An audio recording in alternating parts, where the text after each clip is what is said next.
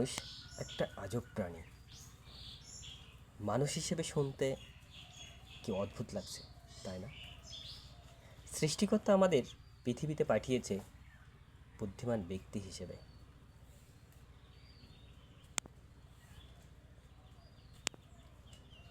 আসলেই কি আমরা বুদ্ধিমান ব্যক্তি? হয়তোবা হ্যাঁ। আমরা যদি বুদ্ধিমান ব্যক্তি হই, তাহলে কেন আমরা মানুষের সাথে নিজের স্বার্থে পশুর মতো আচরণ করি, দুর্বলকে সবসময় আঘাত করি, বিন্দুমাত্র ছাড় দিতে পারি না?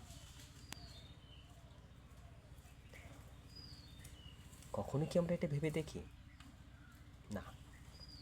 কেউ কেউ হয়তো ভাবি, কিন্তু প্রকাশ করি না।